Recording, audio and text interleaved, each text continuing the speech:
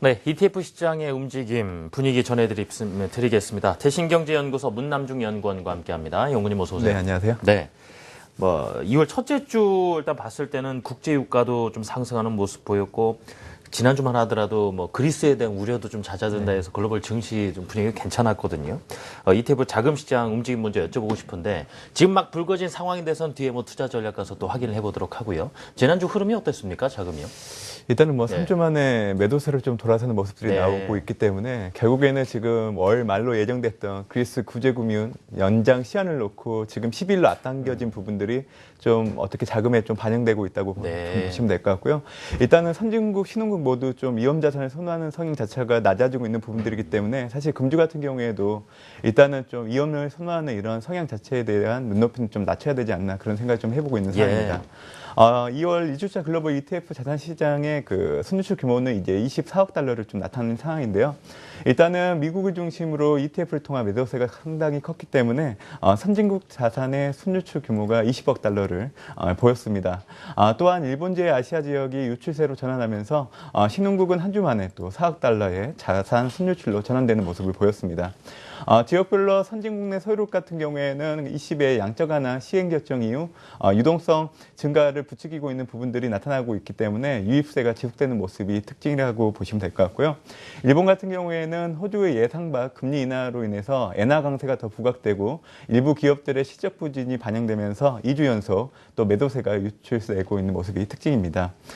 신흥국 같은 경우에는 일본제 아시아의 그 1월 HSBC 제조 PMI 부진이 이제 중국 지역을 중심으로 좀 유출세가 나타내고 있는 부분들이 특징이라 보시면 될 것 같고요. 일단은 인도 같은 경우에는 최근 인도 증시가 하락함에도 불구하고 인도로의 자금 유입은 계속 지속되고 있는 부분들이 있기 때문에 일단 향후 수급을 바탕으로 일본 증시에 대한 상승 기대감은 높아질 수 있다고 그렇게 좀 전망을 해보고 있는 상황입니다. 지난주 자금 유입 상위 ETF를 살펴보면 스파이더의 S&P 500 인덱스 투자 ETF, 또 아이세어스의 국채 숏 투자 ETF, 또 아이세어스의 중소형주 투자 ETF로 유가 반등을 긍정적으로 해석하면서 미 대형 인덱스 및 중소형주 전반에 매수세가 몰렸다고 보시면 될 것 같고요. 자금 유입 하위 ETF는 아이세어스의 미국 기술주 투자 ETF, 아이세어스의 유럽 투자 ETF, 또 아이세어스의 금융업종 ETF로 인덱스 강세에 따른 상대적으로 기술주가 부진했던 모습, 그리고 차익 매물이 어느 정도 반영되고 있는 유럽 ETF를 중심으로 매도세가 나타났다고 보시면 될 것 같습니다. 일단 글로벌 유동성 증가에 대한 기대감, 어떻게 보면 20의 효과가 어느 정도 지속은 되고 있는 모습이지만 성장률 충격 이후 미국의 경제 성장에 대한 확인해 줄 수 있는 신뢰감을 줄 수 있는 어떤 무언가가 좀 필요한 상황이기 때문에 일단은 금주 발표되는 미국 지표가 상당히 중요할 걸로 그렇게 좀 보고 있는 상황입니다. 자, 국내 ETF 같은 경우는 어떤 특징들이 있었는지도 바로 여쭤보겠습니다. 일단은 국내는 코스피 지수가 보합권 흐름을 보이는 상황이지만 이제 코스피 200 관련된 ETF는 또 마이너스로 전환된 모습을 보인 게 특징입니다. 물론 이제 코스닥 지수가 6년 8개월 만에 600선에 진입하는 등 강세를 보인 영향으로 코스닥 관련 ETF는 2%대 또 상대적으로 좀 높은 수익률을 보인 상황이고요. 일단 수급 주체별로 살펴본다고 하면 금융투자는 전주에 이어서 매도세로 일관하는 모습이 특징이었지만 투신 같은 경우에는 지수 변동성을 활용해서 매수로 대응하는 것들이 특징이었습니다. 섹터 ETF를 본다고 하면 헬스케어 그리고 이제 에너지 화학 ETF가 상승세를 보였는데요.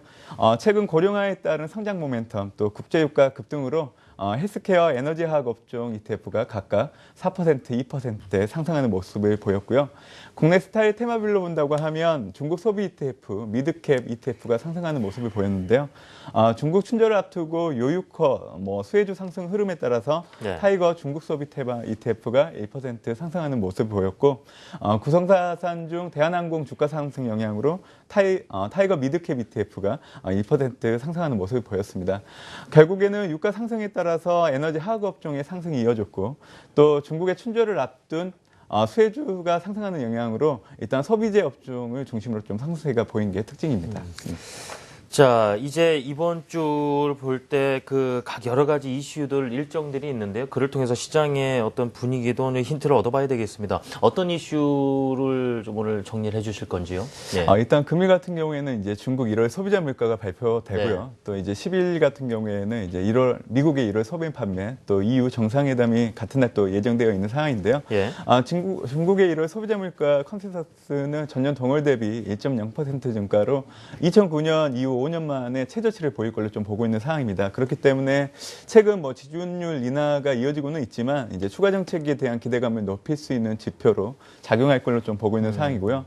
또한 오늘 같은 경우 이제 1월 신규 이하나 대출과 통화량 M2도 발표가 되는데 예상치를 하회할 경우에는 시중 유동성 확대가 제한되고 있다는 뜻을 좀 나타내고 있는 부분들이 있기 때문에 일단 추가 정책에 대한 기대를 높일 걸로 좀 네. 보고 있는 상황입니다. 또 미국의 1월 소매 판매는 이제 전월 대비 0.5% 감소할 걸로 좀 보고 있는 상황이라서 최근 상승 반전했던 미국 증시의 하락 압력을 높일 수 있다고 그렇게 좀 보고 있는 상황인데요. 일단 자동차 및 휘발유를 제외한 소매 판매 같은 경우에는 전월 대비 0.4% 증가할 걸로 보고 있는 상황이기 때문에 오히려 최근 유가 하락이 구매력 확대라는 유가의 긍정적인 면으로 해석될 수 있는 부분들이 있어서 어떻게 보면 경제 지표 부진에 따른 미국 경제 둔화 우려감을 제한시켜주는 역할을 할 걸로 보고 있는 상황입니다. 네. 또 마지막으로 10일 개최되는 이후에 정상회담 같은 경우에는 그리스 구제금융 연장 시한에 대한 여부와 함께 최근 격화되고 있는 우크라이나 사태를 두고 러시아 추가 제재에 대한 정책들이 발표될 걸로 보고 있는 상황이기 때문에 글로벌 금융시장의 불확실성을 높이는 변동성 요인으로 작용할 걸로 그렇게 좀 보고 있는 상황입니다. 네. 세 가지 꼽아주셨습니다. 중국의 소비자 물가, 미국의 1월 소매 판매, 그리고 EU 정상회담 꼽아주셨는데 어떻게 예상이 되는지도 말씀 주셨단 말입니다. 이 부분이 이제 시장에는 어떤 모멘트로 작용할지 그와 함께 이제 전략도 챙겨주셨으면 합니다. 네, 일단 미국과 중국의 지표가 부진하기 때문에 네. 사실 향후 뭐 정책 기대에 대한 부분들도 연결될 수 있어서 금융시장의 하방 리스크를 좀 낮추는 역할을 할 수는 있겠지만 금주 같은 경우에는 오히려 기대감보다는 불확실성이 더 부각될 걸로 보고 있는 상황이기 예. 때문에 아무래도 주중까지는 뭐 투자 심리의 위축은 이어질 걸로 좀 보고 있는 상황입니다. 이에 따라서 이제 금주 발표되는 지표를 통해서 생성되는 경기 및 정책에 대한 기대감보다는 일단 12일 개최되는 EU 정상회담 전까지는 미국을 비롯한 선진국, 한국을 포함한 신흥국 내 국가들의 그 인버스 및 변동성에 투자하는 상품에 대한 선호를 높일 걸로 좀 보고 있는 상황입니다. 예. 그렇기 때문에 이번 주 같은 경우에는 인버스 상품을 중심으로 해외 ETF 투자처로는 미국, 중국 투자 ETF에 관심을 가질 필요가 있고 또 변동성에 투자하는 비스를 추종하는 ETF 역시 관심을 높일 필요가 있다고 보고 있는 상황입니다. 또한 코스피 역시 이번 주는 속도 조절을 보일 걸로 보고 있는 상황이기 때문에 일단 인덱스보다는 뭐 중국의 춘절과 같은 개별 모멘텀을 보유한 스테일 테마 측면에서 접근하는 것들이 금주 수익률을 높이는 데 도움이 될 걸로 보고 있는 상황입니다. 예. 이번 주 좀 투자 심리가 전반적으로 위축이 되지 않을까. 그래서 한국 같은 경우에도 코덱스 인버스 쪽으로 오히려 관심 갖자는 말씀을 주셨군요. 자, 지금까지 대신경제연구소 문남중 연구원과 함께했습니다. 용우님 잘 들었습니다.